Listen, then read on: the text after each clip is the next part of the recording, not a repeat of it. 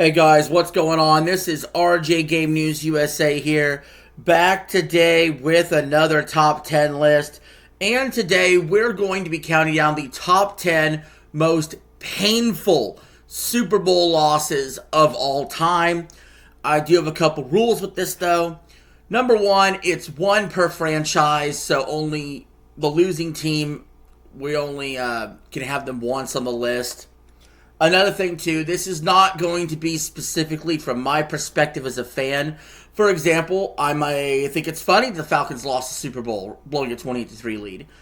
But it's still a super painful loss for that fan base. So I'm going off of what seems like the most painful loss in general for that particular fan base in that particular situation. So keep that in mind. So if you like this kind of content, support by liking and sharing the video and subscribing.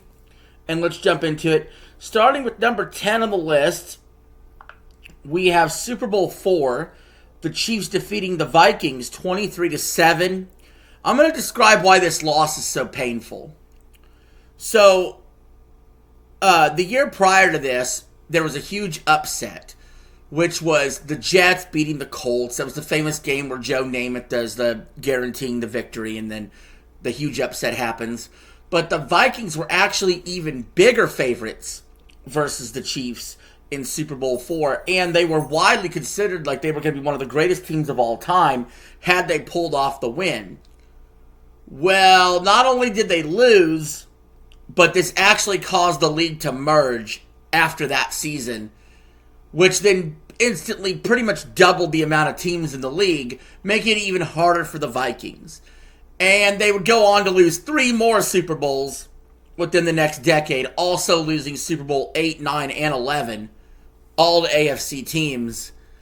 And so, yeah, and the Vikings have never been back since. So Super Bowl IV, extremely painful for them. Number 9 in this list, we don't have a lot of blowouts on this list. Most of the list is going to be close games after this. But number 9 on this list is Super Bowl 48. Seahawks 43, Broncos 8. Why is this one so painful? Well, first of all, the Broncos were coming in off of the reddest hot season an offense has ever had. Peyton Manning still holds the records for touchdown passes, like 55, and passing yards in a season. And they only mustered up 8 points. This was one of the most boring, bullshit Super Bowls I ever watched in my life. It basically started with a safety, and it was all downhill from there. And the Broncos got dog-walked by the Seahawks in this very forgettable, awful Super Bowl. And, you know, now, granted, they would fix it 2 years later when Peyton Manning and the Broncos won the Super Bowl at Super Bowl 50.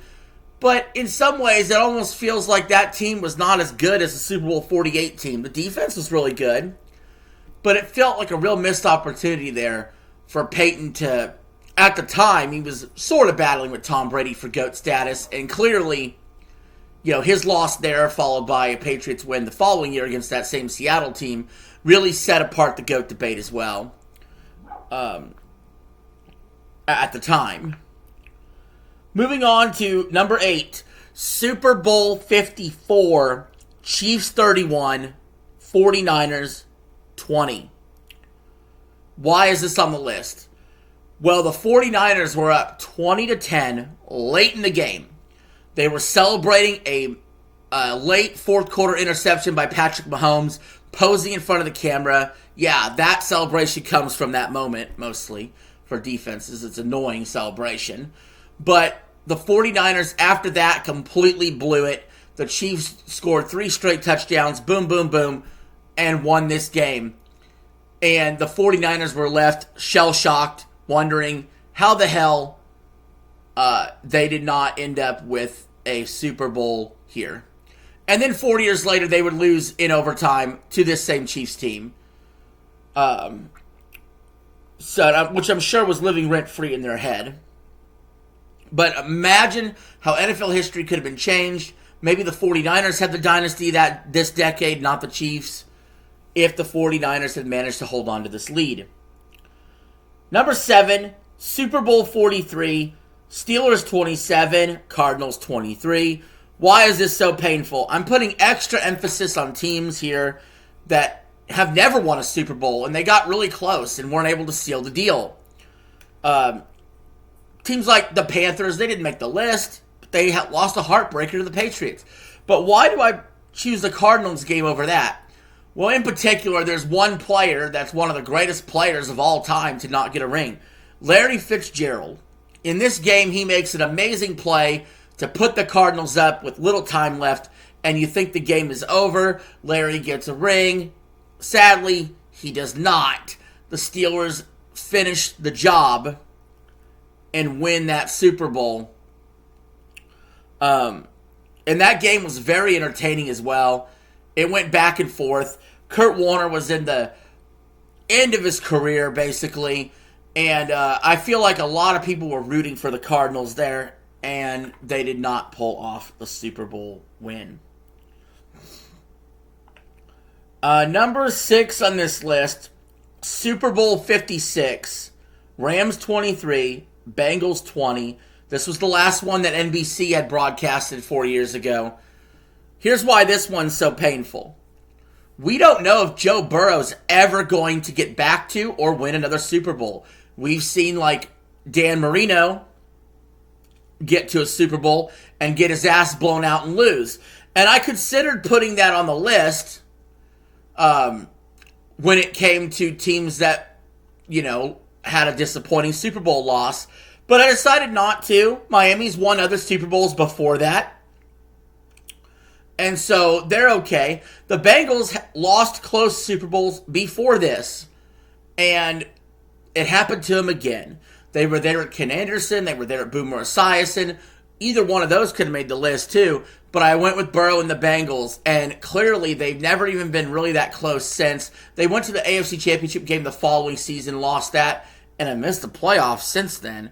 So, you know, with Burrow's injury history and the Bengals' inability to seem to find a defense, this seems like a really badly missed opportunity, considering they went through the Chiefs to get there, and they couldn't seal the deal, especially when Burrow had a wide-open Jamar Chase down the sideline that he just flatly missed. I think that the Bengals should have won that game. And then number 5 on this list, Super Bowl 25, Giants 20, Bills 19. Why this game? It was a Scott Norwood missed 47-yard field goal wide right. I don't know what would have happened if the Bills had made that field goal. They would have won that one Super Bowl. I don't know what would have happened in the other 3 Super Bowls straight they went to. But this started a trend of the Bills getting to the Super Bowl and losing the Super Bowl. And this was the closest one out of those 4 that they had an opportunity to win. The other 3, they basically got blown out. But, man, oh man, what a missed opportunity for the Bills to get one. And to this day, still don't have a Super Bowl. Sad for that fan base. Number 4 on the list, Super Bowl 34, Rams 23, Titans 16. Why is this on the list? The Titans were 1 yard away. Kevin Dyson, I believe, or was it Derek Mason? I forget. I think it was Dyson. Tackled by Mike Jones, middle of the field, as time expires at the 1 yard line. Never seen anything like it before or since in the Super Bowl. To be so close, yet so far, to either forcing overtime or being a 2-point conversion away from winning the chip. And of course, the Titans were never there before as the Oilers. They've never been back since. And so that just has to stick in their craw to be 1 yard away and to fall flat. However, speaking of 1 yard away, this one is extremely painful for Seahawks fans because number 3 on the list is Super Bowl 49, Patriots 28, Seahawks 24. This was the Malcolm Butler interception at the 1 yard line. So the Seahawks, unlike the Titans, did have a play at the 1 yard line. They decided to throw the ball instead of run the ball with Marshawn Lynch, and Russell Wilson threw an interception. Not only did this cost the Seahawks a Super Bowl, it cost them back-to-back titles and potentially even building towards a dynasty. And they never recovered until this very year where they will be going up against the Patriots in Super Bowl 60 with a whole new cast of characters and players and coaches. But at the time, this had to be one of the biggest plays in NFL history. It also, to me, cemented Tom Brady as the GOAT of quarterbacks when he finally won his 4th Super Bowl after having 2 disappointing losses of his own to deal with. And the Patriots were down 10 in the 4th, and Brady and the Patriots were able to come back and win. A missed opportunity here for Seattle to get the back-to-back. Number 2 on this list, Super Bowl 51, my personal favorite game. Patriots defeat the Falcons 34-28 in overtime. What happened here? Why is this one a really horrible loss? It is the biggest blown lead in Super Bowl history. The Falcons were up 28-3 with 2 minutes and 12 seconds left in the third quarter. Analytics suggest the Falcons had done nothing but take a knee every time they possessed the ball. The Falcons would have won the game. So literally, this is a blown lead. Yes, the Patriots made plays. Yes, the Patriots had to make the comeback, and they forced this to happen. But at every turn, the Falcons made mistakes. Even late in that game, late in regulation, getting in field goal range and then being backed up by bad holding penalties that they made caused them to lose the game. Fumbling the ball and just horrible clock management. And I think that the Falcons, having never won a Super Bowl before, having not been back to the Super Bowl since, this is a gut punch for Atlanta Falcons fans that they still can't get over. There's still memes for 28-3 all over the place. There's a whole day dedicated to it, March 28th. But number 1 on this list, because it feels like the biggest missed opportunity, and this one does hurt for me personally the most as well, Super Bowl 42, Giants 17, Patriots 14. Why? The Patriots had a chance to go undefeated, 19-0. They were playing a team that was 9-7 in the regular season, I believe. And they lost. They lost on some stupid helmet catch. And then, the Giants went down the field, scored the game-winning touchdown. And it's one of the greatest upsets in sports history. And we were that close to seeing an undefeated season. That hasn't happened since the 1972 Dolphins. And it would have been a much more impressive undefeated season, being in more games and better competition. But you always wonder what if. And a lot of these games on the list are a wondering of what if one play went the other way, history would be changed forever. And I think these are definitely the top 10 most disappointing, heartbreaking Super Bowl losses ever from a team standpoint. I think there's a few other instances where individuals had a heartbreaking performance to lose it for their teams, such as Jackie Smith dropping the ball in the end zone in Super Bowl 13 to the Steelers for the Cowboys. That was heartbreaking for him. But I think I got the list right. I don't know. You guys let me know in the comments below. Did I get this list right? And I'll see y'all later.